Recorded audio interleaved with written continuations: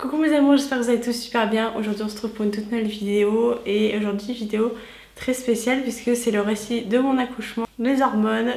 Bon, je vais essayer de ne pas pleurer dans cette vidéo mais je vous garantis rien parce qu'en ce moment les hormones c'est même d'une violence sans nom franchement. Aujourd'hui ça fait 8 jours que j'ai accouché et du coup j'ai décidé de vous raconter mon accouchement. Je l'ai fait sur TikTok mais plus par des vidéos qui étaient en temps réel. Donc si vous voulez aller voir, n'hésitez pas à aller voir. J'ai tout filmé mon accouchement du début à la fin. C'était vraiment un souhait. C'est quoi ce petit bruit? C'est vraiment un souhait de ma part pour que je garde des souvenirs de tout ça.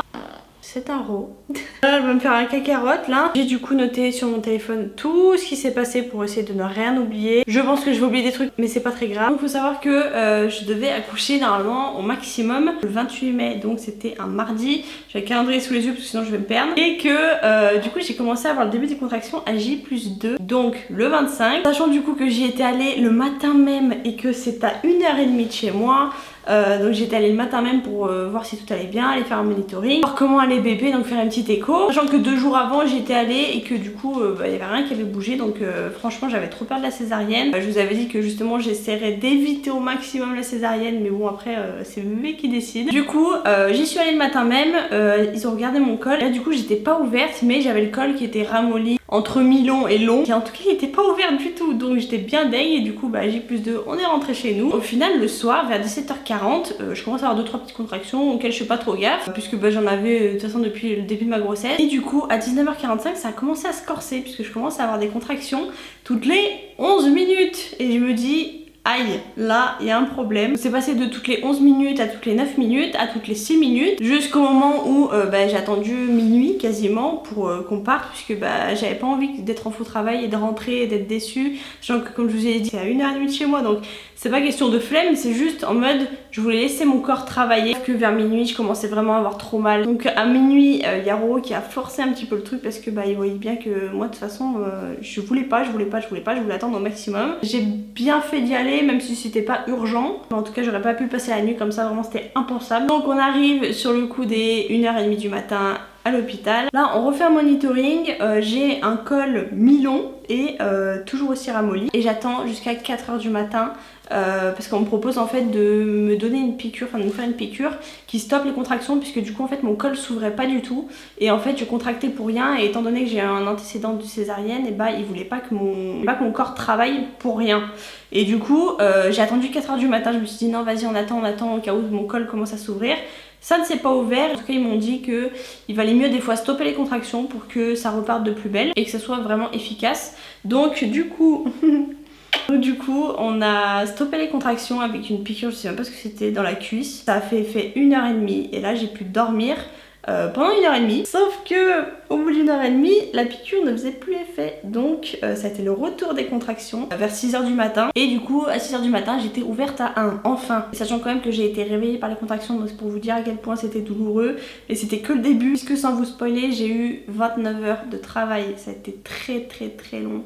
Encore bien évidemment je pense qu'il y a plus long, mais ça a été très long quand même. Donc à 9h ils m'ont donné un petit déj mais vraiment très léger au cas où j'ai une césarienne, puisque comme je vous ai dit mon col avançait pas tant que ça, donc en fait on partait plus sur une césarienne et on se laissait le temps, sachant que comme je vous avais dit j'avais pas du tout envie d'avoir la péridurale, donc je me suis laissée souffrir au maximum. Ensuite de 10h du matin jusqu'à 10h40 on a décidé d'aller faire un petit tour avec Roro autour de l'hôpital pour essayer de marcher un peu.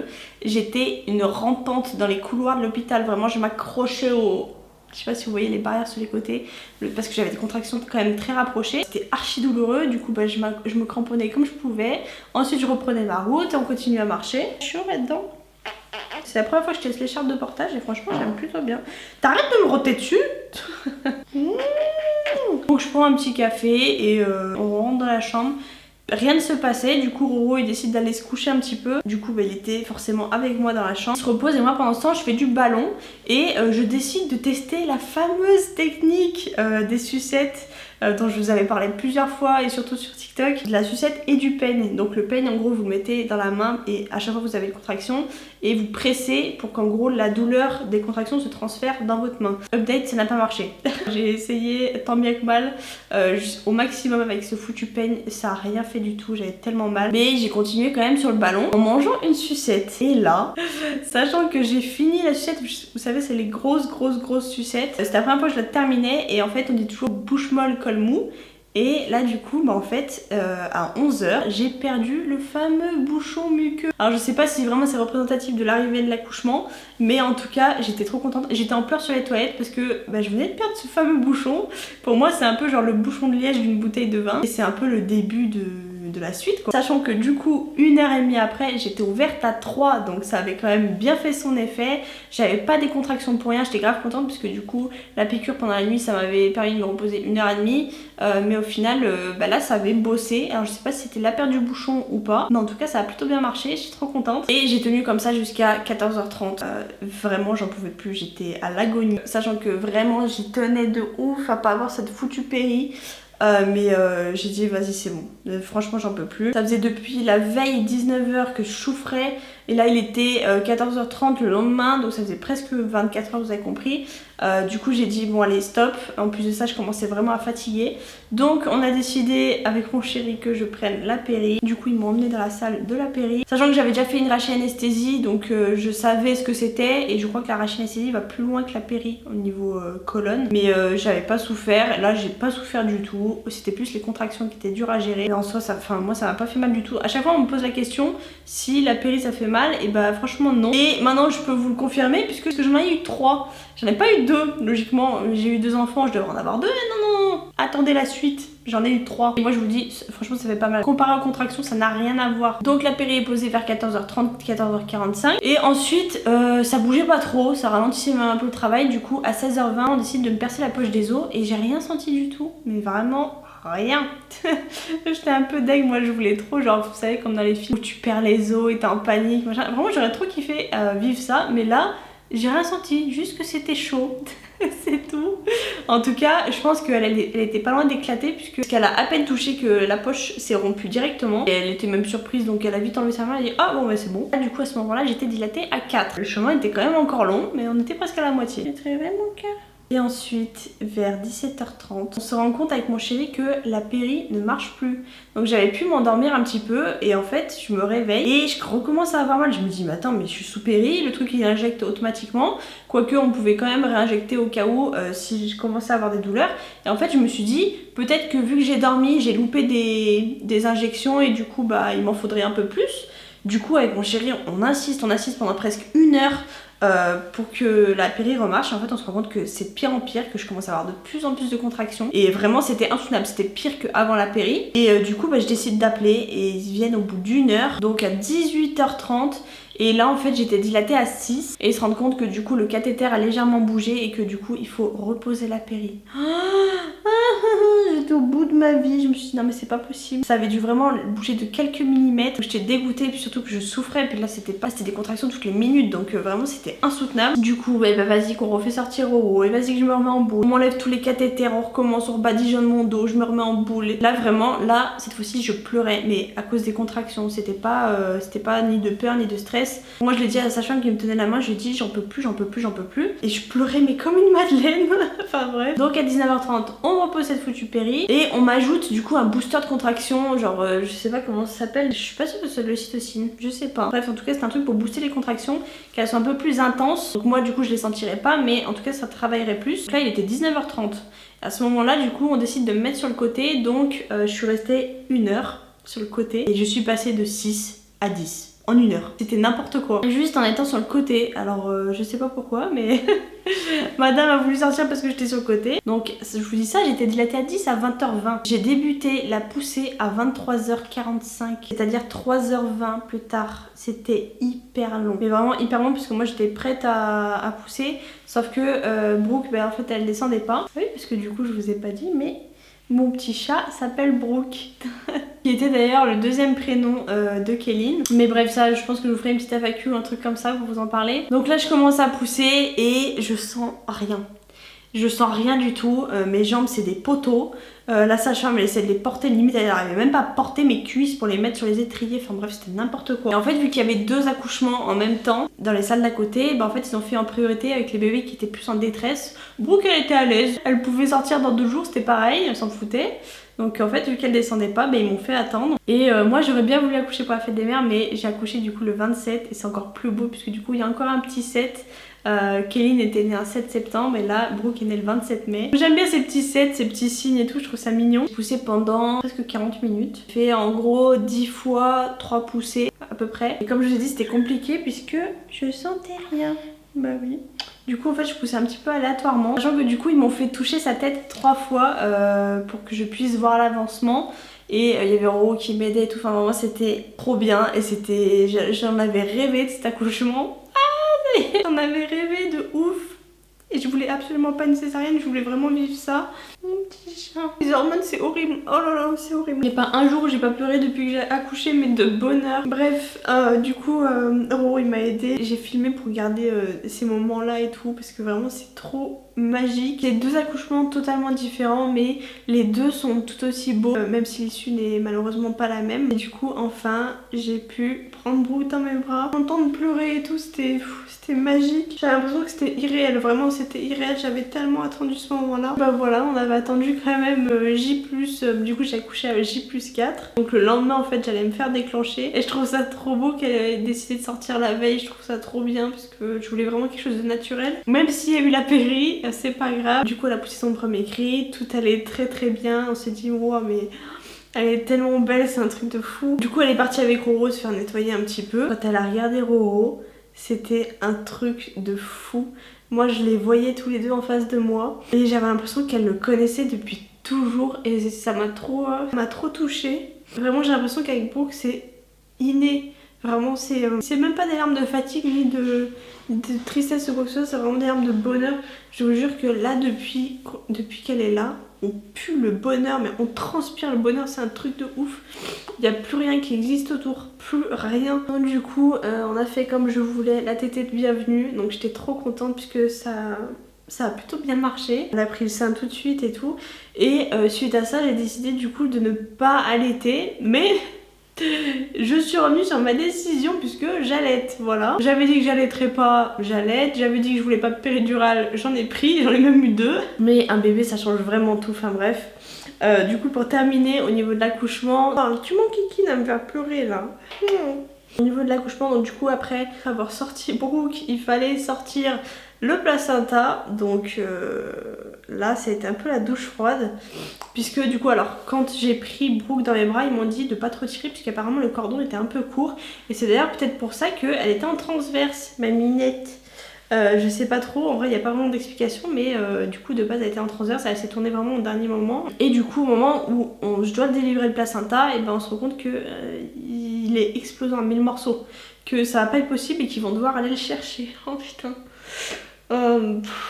Là ça a été vraiment la douche froide de ouf parce que du coup Roro est parti avec Brooke et moi pendant ce temps ils étaient en train de me trifouiller l'intérieur à la main. C'était horrible. Vraiment horrible. J'ai l'impression que ça a duré des lustres, mais des lustres. Genre je dirais peut-être 20 minutes, 20-25 minutes. En fait le gynéco il mettait son bras et puis il allait graboter à l'intérieur pour enlever tous les morceaux de placenta. Oh, je suis désolée, je vais pas vous faire peur mais vraiment c'était atroce, atrocissime. Et en fait c'était collé à l'intérieur de moi. Je sais pas comment c'est possible mais il y a des morceaux qui étaient collés. Donc du coup je fais pas un dessin mais ça a été horrible. Et le lendemain j'avais l'impression d'avoir des bleus dans le ventre. À peine je touchais mon ventre j'avais l'impression d'avoir des bleus de partout. Il a fait ça au moins une quinzaine de fois. Donc c'est pas genre il allait chercher 2 fois on n'en parle plus. C'est vraiment il allait chercher tout ça une quinzaine de fois puis il me montrait. C'était vraiment la boucherie. Il faisait comme ça et vous voyez là je pourrais pas vous montrer en entier le placenta. Ah bah oui tu m'étonnes. Oh là là dégueulasse. Bref du coup j'ai pas pu voir la tête de mon placenta puisqu'il était en 1000 morceaux. Oh non, non, ça c'est l'odeur de l'amour. Donc au niveau des déchirures, est-ce que j'en ai une? Bah oui, mais j'ai pas une... Moi de toute façon je fais jamais les trucs normalement, j'ai pas eu une déchirure normale, genre au milieu. J'ai eu une déchirure à l'intérieur et sur les côtés. Des petites éraillures, genre j'ai une quinzaine de points. Et franchement là ça va, mais franchement c'est beaucoup moins pire qu'une césarienne, enfin ça n'a rien à voir, c'est même pas comparable. Je préfère avoir ça 100 fois plutôt qu'une césarienne, vraiment. Et la douchette m'a été très très utile, je m'en sers encore maintenant. C'est vraiment trop bien, d'ailleurs c'est vous qui me l'aviez conseillé et bah franchement vraiment trop bien. Si vous allez accoucher d'ici peu, achetez une douchette, je vous assure ça coûte 10 balles et ça vous sauvera. Vous mettez de l'eau tiède dedans et à chaque fois que vous allez faire pipi, après ça vous sauvera au niveau de vos poings si vous en avez. Et puis même le premier pipi après l'accouchement, c'est indispensable. Je saurais quoi vous dire de plus parce que vraiment c'était un moment magique. C'était hors du temps, on a préféré s'éloigner des réseaux pendant quelques jours pour profiter de notre bulle, vraiment c'était ouf. Et puis surtout qu'on a énormément de chance. Je dis ça maintenant mais elle a 8 jours hein. Mais j'ai l'impression que ce bébé est parfait. Vraiment je dis ça mais parce que c'est notre fille probablement mais elle pleure quasiment pas, elle est adorable. J'ai l'impression qu'on se comprend de ouf parce qu'on n'est pas obligé de lui donner la susu à chaque fois pour la calmer. Elle pleure pas pendant 100 ans, c'est juste on essaie de la calmer en lui faisant des petits bisous, des petits câlins. Ça la calme instantanément. C'est vrai qu'on n'aime pas comparer avec les autres bébés mais par exemple on a un bébé qui était né à côté de nous et en fait il faisait que pleurer toute la journée, il pleurait. Et je me disais mais attends mais c'est normal la nôtre elle pleure pas. Enfin bref après chaque bébé est différent et puis peut-être que ça va changer. Peut-être qu'elle va nous faire des misères d'ici peu. En tout cas pour le moment on a vraiment de la chance. Là elle nous fait des minuit 6h, enfin bref c'est n'importe quoi. En tout cas on a beaucoup de chance. Et là du coup au niveau de l'allaitement bah ça s'est décidé le jour où je suis sortie de l'hôpital. Puisque bah, en fait je sais pas ça me trottait dans la tête depuis mon accouchement. Même si j'avais dit que non j'allaiterais pas, et ben j'avais envie de réessayer. Et du coup j'ai réessayé le matin même où on est sorti avec une sage-femme. Et en fait Brooke elle a pris le sein directement. Elle tétait super bien alors qu'on l'avait habituée au biberon du coup depuis 3 jours. Et du coup bah, on est rentré à la maison, on a mis ça en place et ça se passe trop bien. Du coup voilà, maintenant je suis en allaitement mixte. Comme ça Roro peut participer un peu et puis moi ça me permet de rester proche d'elle puisque le baby blues a bien pris sa place. Et j'ai eu vraiment du mal à me détacher de Brooke. Allez c'est reparti. Mais j'avais trop peur. Et j'ai encore trop peur de partager Brooke avec nos proches. En tout cas physiquement parlant j'ai vraiment besoin d'être tout le temps avec elle. Et je pense que l'allaitement ça me soulage aussi un petit peu. En fait c'est viscéral, j'ai besoin d'elle. Et je trouve que c'est une bonne chose hein, mais en même temps c'est super dur. Parce que je pense que le baby blue je l'avais eu pour Kéline mais quand on n'était pas rendu compte puisque dans tous les cas on venait de la perdre donc j'étais dévastée. Mais là en fait la violence du truc c'est inouï. On se rend pas compte et puis moi on m'avait pas prévenu que j'allais être aussi mal. Mais vraiment je pleure pour un rien, je la vois sourire, je pleure. Je pense que ça va passer d'ici peu hein, mais voilà j'ai besoin d'être avec elle. C'est horrible à dire mais je voulais absolument pas la partager avec nos proches. Voilà je le dis, hein, j'ai pas honte. Chaque maman réagit différemment. La seule personne pour qui ça me dérangeait pas c'était Roro parce que bah voilà il a toujours été présent pendant toute ma grossesse et puis bah, c'est le papa aussi donc je comprenais. Mais nos proches j'avais peur de leur laisser Brooke, non pas que je leur fasse pas confiance mais je sais pas. J'avais peur de louper des moments en la donnant à quelqu'un d'autre, enfin je sais pas si vous voyez ce que je veux dire. Je sais pas comment gérer certains moments dans la journée où je peux faire des choses pendant qu'elle dort. Parce que pendant qu'elle dort je veux être avec elle, je veux tout le temps être avec elle. Je dors très peu mais je m'en fous en fait parce que pour l'instant j'ai besoin de ça. Et je pense qu'il faut savoir s'écouter aussi un petit peu. Elle a besoin de moi, j'ai besoin d'elle et c'est très bien comme ça pour le moment. Ah, mon petit cœur d'amour. Donc voilà, pour l'instant tout se passe très bien. C'est un bébé qui est très éveillé et on est super content. Mais on a peur aussi qu'elle grandisse trop vite. Tout va trop vite là, même là se dire qu'elle a 8 jours c'est impensable. Bref voilà c'est déjà la fin de ce récit d'accouchement. J'espère que cette vidéo vous aura plu. Si vous voulez en voir un petit peu plus n'hésitez pas à aller voir sur mon TikTok. Je vous ai filmé tout ça pour ne jamais oublier ces moments magiques. Parce que comme je dis tout le temps le temps on ne le rattrape pas. Bref je vous fais d'énormes bisous et je vous dis à la prochaine pour une prochaine vidéo.